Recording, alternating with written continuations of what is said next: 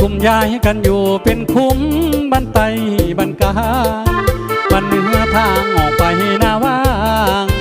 บันเหนือทางออกไปหน้าว่างบ้านนาอยู่เป็นว่างอยู่กลางทุ่งนาหากแม้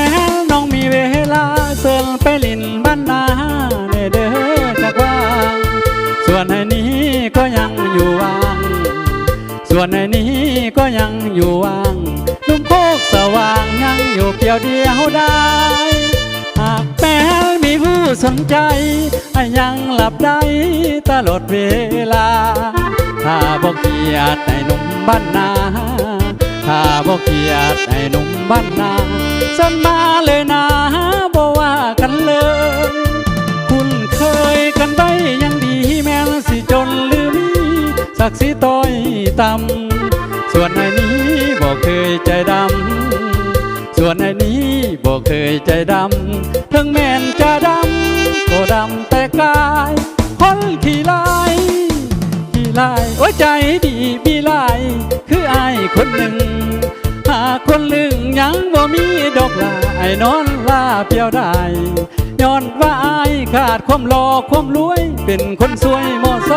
บ่รวยเด้อน้องเอาเสียงห้องเสียงห้องเสียงลำฝากส่งฝากตำลมส่งให้แฟนอยู่ไกลตั้งบ้านสงสารอายแน่เด้อยังอยู่เกิ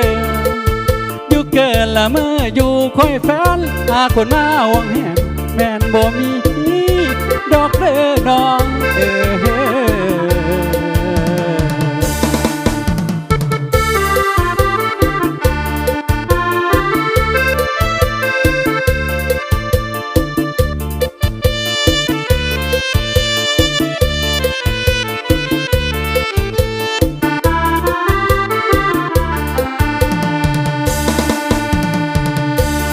คนที่ลายใจดีมีลาย